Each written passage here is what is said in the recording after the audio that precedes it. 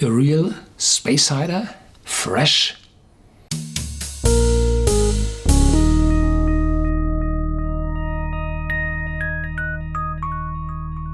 Welcome to Whisky.com, where fine spirits meet. My name is Lüning, Horst Lüning. I'm the master taster of Whisky.com, and today we have a look at the Dailuaine single malt whiskey from Signatory Vintage, an independent bottler.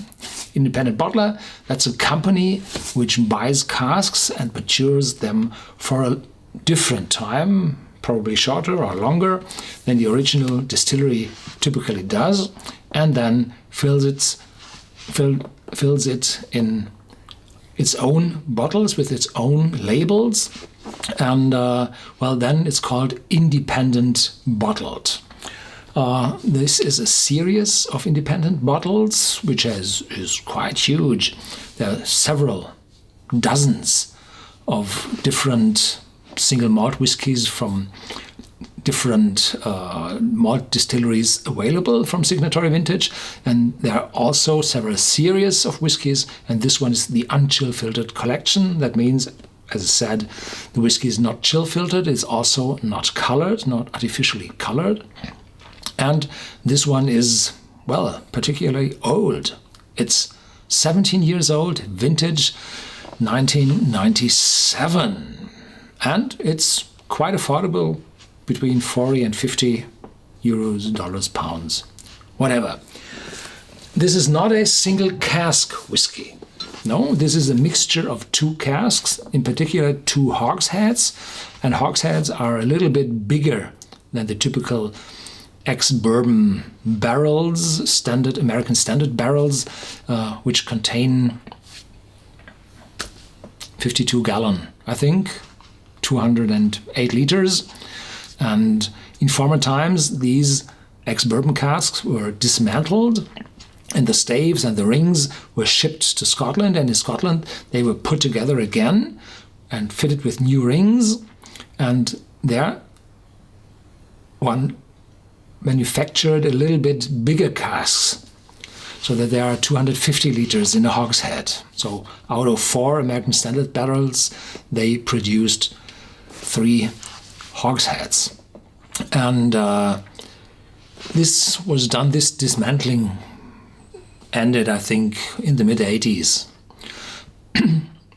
because labor became more expensive, and the freight rates for containers from the US to Great Britain reduced a lot, and so it was cheaper to ship the full casks. So these hogsheads must have been filled before, the first time as manufactured as barrels, as ex-bourbon barrels. There was bourbon in it, then they were rebuilt to hogsheads and then filled with the first whiskey for a decade. And after that, those hogsheads were filled with this Dailuaine malt whiskey. And this was done in 1997, exactly on the 21st of May 1997, and it was put in the cask at the 5th of May 2015, and it was 2 hogsheads, 7,187 and 7,189. And this is the bottle 292 of, unknown number of bottles out of those 2 casks, and I guess around 500, 550, maximum 600. 46% ABV due to the unchill filtering, otherwise it would turn cloudy. There are several different bottlings from Dailuaine, from Signatory Vintage on the market, because Signatory Vintage bought a lot of casks, half a lorry or full lorry load, in May 1997 from Dailuaine, and now they always bottle 2 casks to have an average of the taste. And when the casks are gone, then the next 2 are bottled, and so on until, the last casks are finally gone.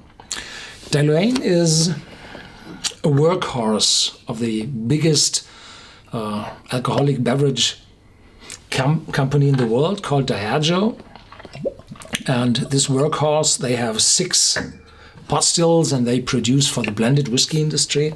And if I remember right, then there is only There's no official bottling of Dailuaine on the market, but a flora and fauna bottling, which is close to the official bottling because the flora and fauna series belongs or is owned by the producer Daihatsu. Dailuaine is situated in the Speyside, and well, have a first sniff. Very fruity. A real Speysider, fresh, a little citrus fruitiness,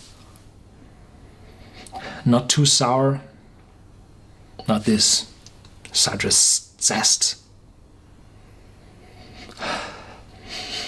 but something between a citron and an orange, more on the side of a citrus. Yeah, a wonderful, lovely, fruity, impressive aroma.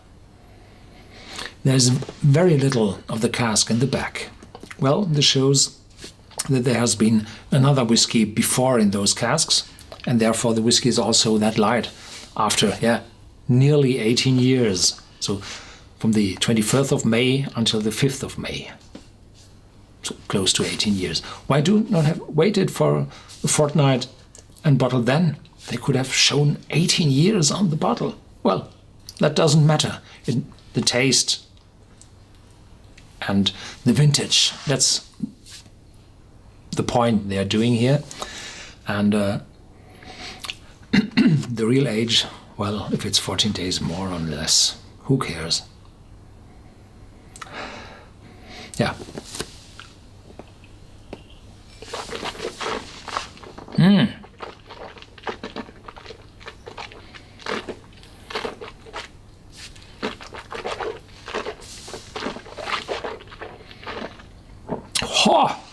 An intense spiciness is coming up.